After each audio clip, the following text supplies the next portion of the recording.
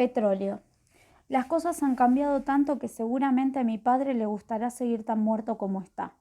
Debe estar pitando un rubio sin filtro, escondido entre unos arbustos como lo veo todavía. Estamos en un camino de arena en el desierto de Neuquén y vamos hacia Plaza Winkle a ver los pozos de YPF. Salimos temprano por primera vez juntos y a solas, cada uno en su moto. Él va adelante en una Bosch flamante y yo lo sigo en una ruidosa Tehuelche de Industria Nacional. En el otoño del 62 y está despidiéndose para siempre de la Patagonia. Mi viejo va a cumplir 50 años y se ha empeñado hasta la cabeza para comprarse algo que le permita moverse por sus propios medios. Los últimos pesos me los ha prestado a mí para completar el anticipo de la Tehuelche que hace un barullo de infierno y derrapa en la huella de los camiones. No hay nada en el horizonte, como no sean las nubes tontas que resbalan en el cielo. Algunos arbustos secos y altos como escobas, entre los que mi padre se detiene cada tanto a orinar porque ya tiene males de vejiga y esa tos de fumador. Anda de buen carácter porque el joven Frondizi anunció hace tiempo que hemos ganado la batalla del petróleo. Quiere ver con sus propios ojos, tal vez porque intuye que no volverá nunca más a estas tierras baldías a las que les ha puesto agua corriente y retratos de San Martín en todas las paredes. Un soñador, mi viejo. Acelera con el pucho los labios y la gorra encasquetada hasta las orejas mientras me hace seña de que lo alcance y le pase una botella de agua. La Tehuelche brama, se retuercen los huellones y la arena se me cuela por detrás de los anteojos negros. Por un momento vamos codo a codo, dos puntos solitarios perdidos entre las bardas, y le alcanzo la botella envuelta en una arpillera mojada. En el tablero de la motoneta lleva pegada una figurita de Marlene Dietrich, que tanto le habrá hecho suspirar de joven. Yo he pegado en mi tanque de nafta una desvaída mirada a James Dean y la calcomanía del lejano San Lorenzo que solo conozco por la radio. Justamente, ese diminuto transistor japonés que recién aparece a los ojos del mundo es la más preciada joya que arriesgamos en el desierto. La voz de Alfredo Aróstegui y los radioteatros de Laura Hidalgo nos acompañan bajo un sol que hace brotar esperpentos y alucinaciones donde solo hay viento y lagunas de petróleo perdido.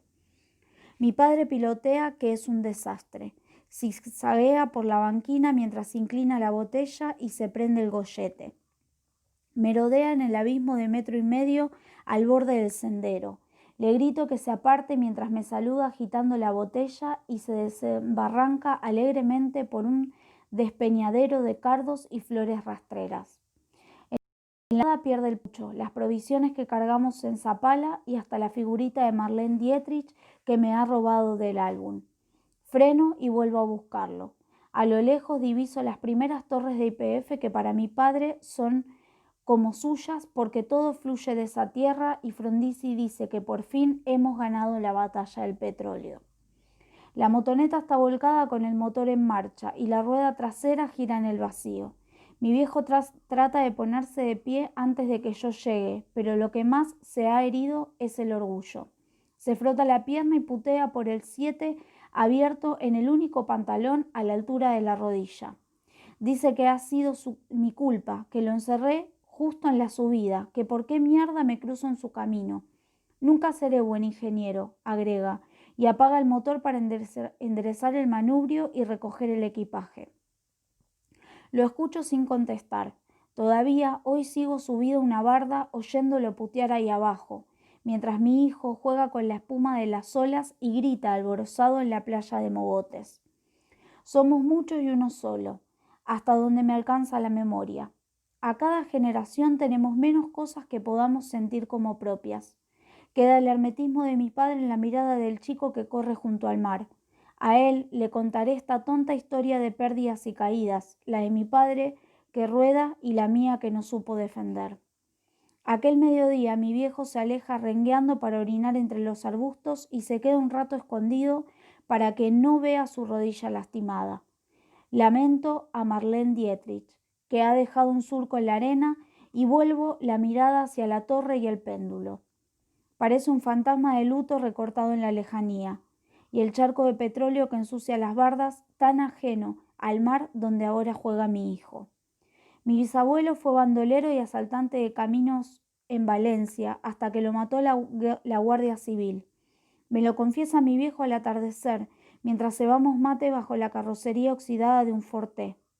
No recuerdo bien su relato, pero pinta al bisabuelo de a caballo con un trabuco a la cintura. Trata de impresionarme, pero está muy derrengado para ser creíble. El pantalón roto, la corbata abierta, el ombligo al aire y pronto 50 años. No hay más que gigantescos fracasos entre el bisabuelo, que asalta diligencias, y ese sobrestante de obras sanitarias que levanta la mirada y me enseña con un gesto orgulloso la insignia de petróleo argentino. Una vida tendiendo redes de agua, haciendo cálculos, inventando ilusiones. Sueña con que yo sea ingeniero. De esa ínfima epopeya le queda a mi madre 200 pesos de pensión y a mí algunas anécdotas sin importancia. Mi padre lleva unos pocos billetes de chicos en el bolsillo, justo para la pensión y la nafta de la vuelta. Nunca ganó un peso sin trabajar. No sé si está conforme con su vida. Igual no puede hacerla de nuevo. Ha vivido frente a los palos, mirando venir una pelota que nunca aterriza. Intentó zafar de la marca, correrse, poner la cabeza, pero no supo usar los codos. Caminó siempre por los peldaños de una escalera acostada. Tarzán en monopatín, barman esperando el colectivo, San Martín soñando con las chicas de Divito. Y sin embargo, cuando fuma en silencio, parece a punto de encontrar la solución. Como aquella noche en un sucio cuarto de alquiler donde saca la regla de cálculos y diseña un oleoducto inútil con jardines y caminos de los que ningún motociclista podría caerse. Pero de eso no queda nada. El dibujo se le extravió en otro porrazo y las torres ya son de otros más rápidos que él. Discutimos en la pensión porque yo ignoraba las matemáticas y la química y volvimos en silencio, muy lejos uno del otro. Lo dejé ir adelante y todavía veo su camisa sudada flotando en la ventolera. Yo no sabía qué hacer de mi vida y miraba para arriba a ver si bajaba la pelota.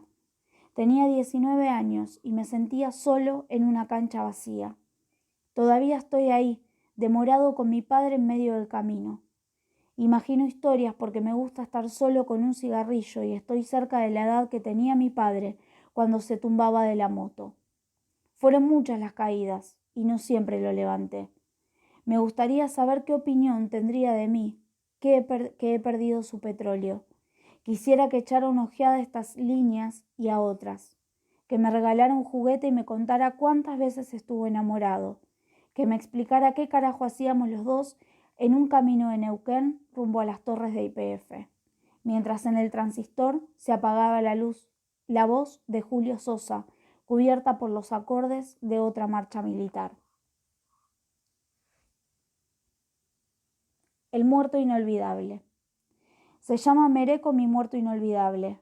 Para mí, su viejo Ford nunca termina de desbarrancarse de una quebrada puntana, bajo una suave garúa que no amaina ni siquiera cuando vamos con mi padre rumbo a su velorio. ¿Cómo puede ser que Mereco esté muerto si hace 40 años que yo lo llevo en mí, flaco y alto como un farol de la plaza? Cuando mi padre se descuida me acerco al ataúd que está más alto que mi cabeza y un comedido me levanta para que lo vea ahí, orondo, machucado y con la corbata planchada. La novia entra, llora un rato y se va, inclinada sobre otra mujer más vieja. Hay tipos que le fuman en la cara, toman copas, y otro que entra al living repartiendo pésames prepotentes y se desmaya en los brazos de la madre. Después vinieron otros muertos considerables, pero ninguno como él. Recuerdo un colorado que me convidaba a pochoclo en el colegio y lo agarró un camión a la salida. También a un insider que los infantiles evita, que nunca largaba la pelota y se quedó pegado a un cable de la luz. Pero aquellos muertos no eran drama porque nosotros, los otros, nunca nos íbamos a morir. Al menos eso me dijo mi padre mientras caminábamos por la vereda a lo largo de la acequia, cubiertos por un paraguas deshilachado. Casi nunca llovía en aquel desierto, pero en esos días de comienzos del peronismo se levantó el chorrilleo Empezó a lloviznar y Mereco no pudo dominar el furioso descapotable negro en el que yo aprendí a manejar. Por mi culpa mi padre estaba resentido con él, y solo de verlo muerto podía perdonarle aquel día en el que lo llevaron preso. Salimos del velatorio por un comedor y cruzamos un terreno baldío para llegar al depósito de la comisaría. El Ford A estaba en la puerta, aplastado, como una chapita de cerveza. Mi padre iba consolando a otra novia que tenía al finado y ya no se acordaba de mí. Pegado a la pared para que no me viera el vigilante, me acerqué al amasijo de fierros y alcancé a ver el volante de madera lustrada. Seguía reluciente y entero entre las chapas aplastadas.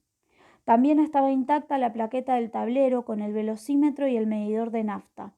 Marcaba en millas, me acuerdo, y cuando íbamos a ver a su otra novia, Mereco lo levantaba 70 o más por el camino de tierra. Nadie sabía nada. Mi padre creía que yo me quedaba en la escuela y la novia de Mereco estaba convencida de que íbamos a buscar a mi padre, que controlaba el agua en las piletas del regimiento. Entonces llegábamos a un caserío viejo que el coronel Manuel Dorrego había tomado y defendido no sé cuántas veces, y Mereco me dejaba solo con el Ford A debajo de una higuera frondosa. Esa era mi fiesta en los días en que Mereco no estaba muerto y el Ford seguía intacto. Me sentaba en su asiento, estiraba las piernas hasta tocar los pedales y el que iba a mi lado era Fangio, anunciándome curvas y terraplenes. Mereco no es un muerto triste.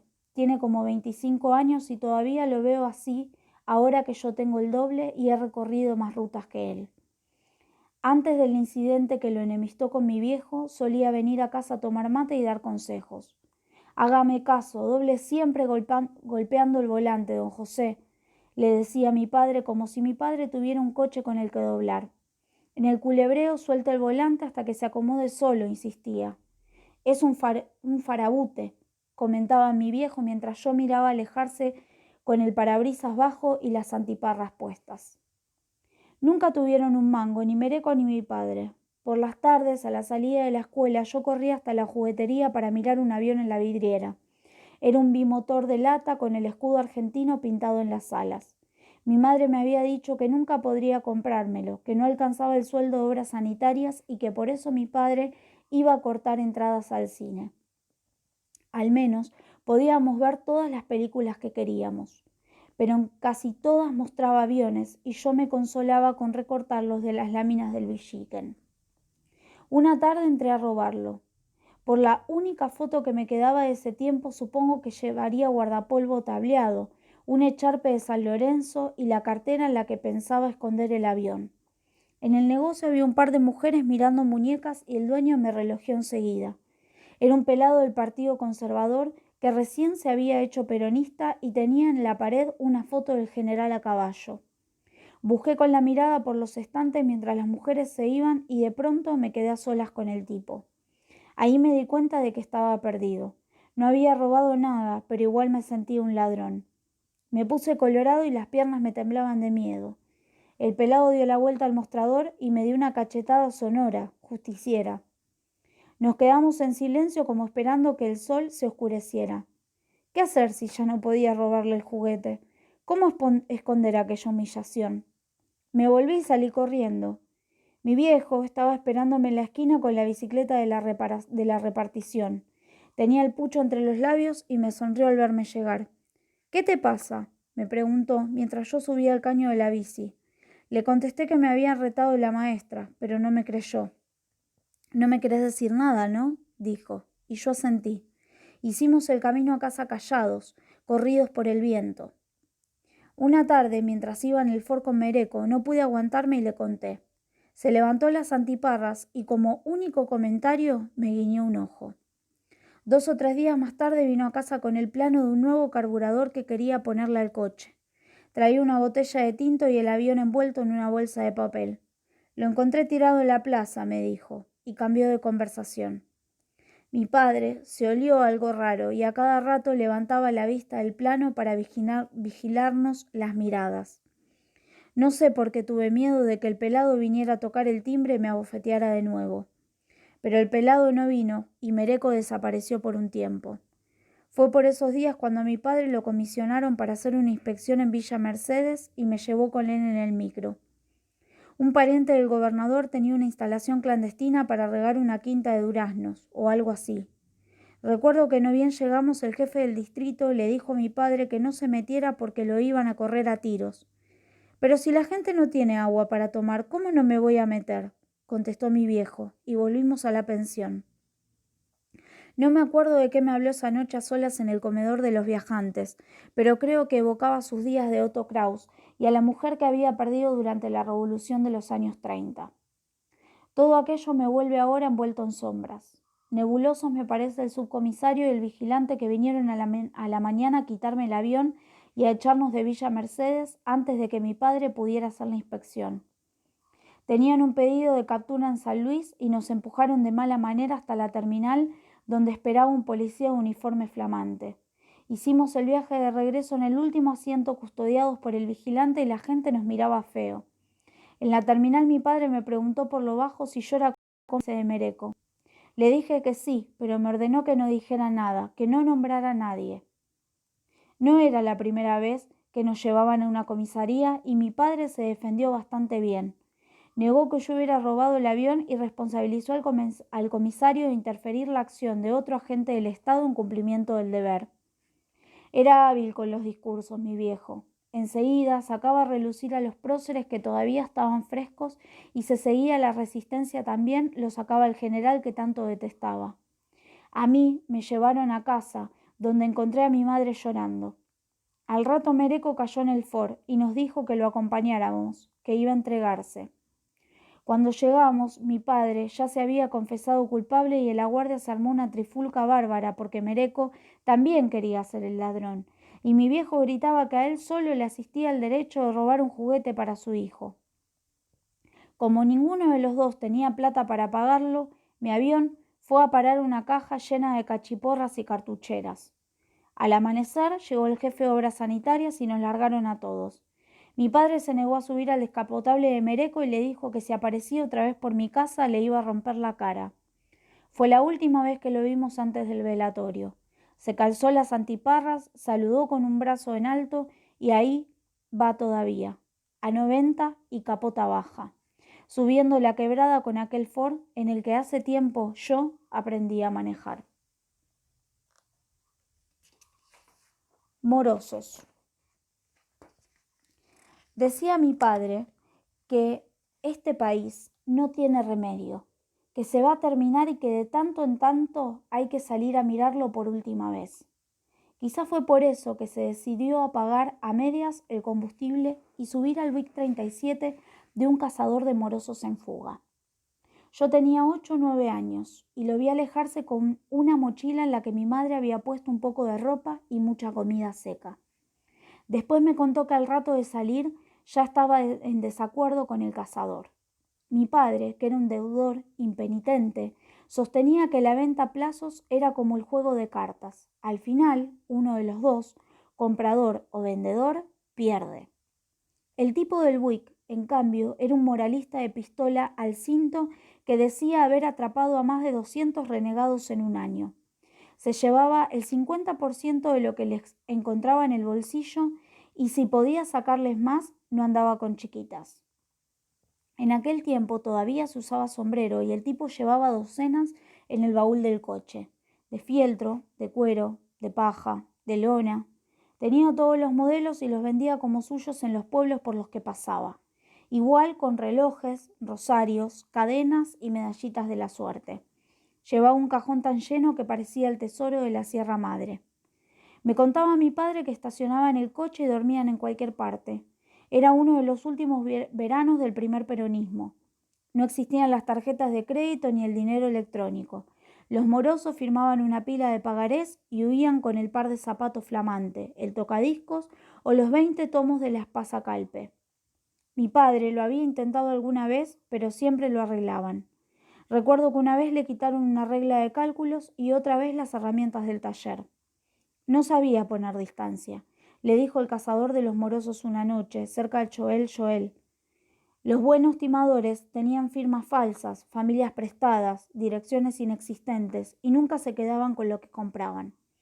A esos sí los agarraba. El cazador no podía más que pegarles una paliza. Siempre lo hacía, por respeto a sí mismo y para que tronara el escarmiento, pero era tiempo perdido. El cazador corría contra el tiempo y contra las grandes migraciones alentadas por el 17 de octubre. Deudor que subía al tren se convertía en moroso inhallable, perdido en los suburbios de Buenos Aires o en Sandurrial de Córdoba. Las tiendas de ropa no aceptaban de vuelta los trajes lustrosos ni las camisas gastadas, pero las heladeras y los lavarropas el cazador tenía que consignarlos en el depósito del ferrocarril. Recién aparecían las heladeras eléctricas, me acuerdo. Eran sólidas y ruidosas como locomotoras. Mi padre nos llevó a comprar la primera Neuquén, una Sigma que todavía funciona, igual a la que el cazador tenía que rescatar por las buenas o a los golpes. En aquel viaje por caminos de tierra mi padre tenía que ayudarlo a rescatar un combinado. Así se llamaban. Eran muebles de madera, lustrada, con una radio a lámparas y el tocadiscos de 78 revoluciones. El moroso se había fugado al sur con la familia y desde Córdoba reclamaban la música y una indemnización si el mueble estaba rayado. Mi padre aceptó darle una mano porque pensó que nunca lo atraparían. A cambio, el cazador le pagaba el desayuno y compartía la gomina. En ese tiempo, las hojas de afeitar más baratas eran la legión extranjera, que dejaban la cara a la miseria. El tipo llevaba unas cuantas cajitas y mi padre tenía que esperar a que el otro las usara de los dos lados para poder afeitarse. A la semana del viaje habían atravesado la frontera de Río Negro con Neuquén y el cazador seguía adelante porque la presa mayor era un holandés que había pagado 2 cuotas de la Puma Gran Turismo y el cobrador no volvió a encontrarlo en los lugares que solía frecuentar. La Puma tenía solo 2 velocidades, primera y directa. Era de fabricación nacional y por eso le perdonaban todos los defectos.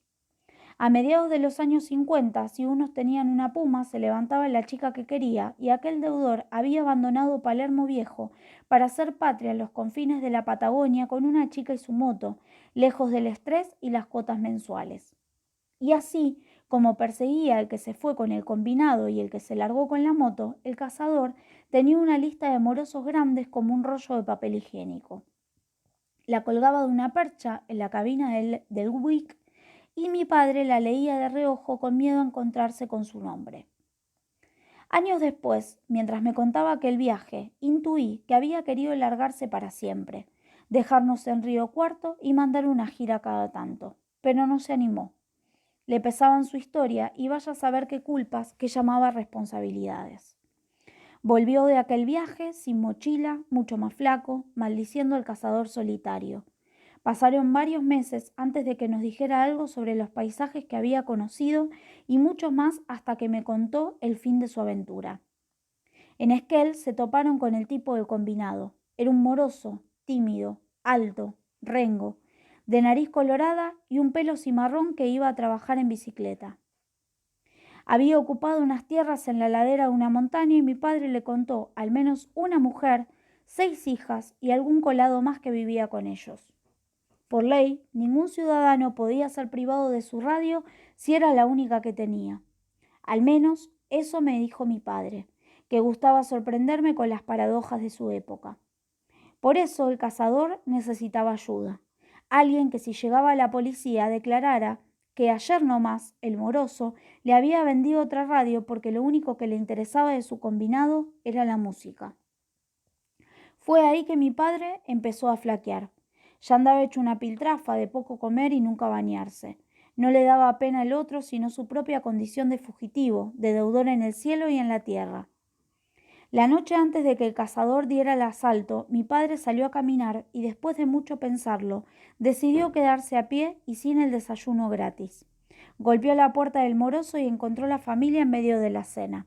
El dueño de casa desconfió enseguida y no se creyó el cuento del inspector de obras sanitarias, aunque mi padre tenía la credencial con sellos y firmas.